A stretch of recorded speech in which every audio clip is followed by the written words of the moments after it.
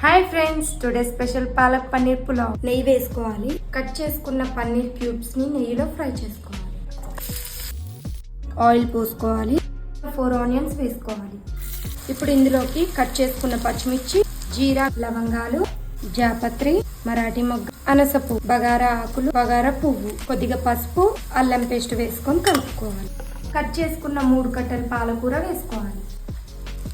ఇందులోకి కారం, ఉప్పు, పన్నీర్ క్యూబ్స్ వేసుకోవాలి. నానబెట్టుకున్న రైస్ ని ఇందులో వేసుకోవాలి. 4 గ్లాస్ హాట్ వాటర్ పోసుకోవాలి. ధనియాల పొడి వేసుకొని హై ఫ్లేమ్ లో కుక్ చేసుకోవాలి. రైస్ ఈ విధంగా పైకి తేలగానే పుదీనా, కొత్తిమీర వేసుకొని కలుపుకోవాలి. స్టవ్ ని సిమ్ లో పెట్టుకొని మూత పెట్టుకొని ఎసరు గుంజేంత వరకు కుక్ చేసుకోవాలి. స్టవ్ ఆఫ్ చేసుకొని 10 మినిట్స్ తర్వాత సర్వ్ చేసుకోవాలి.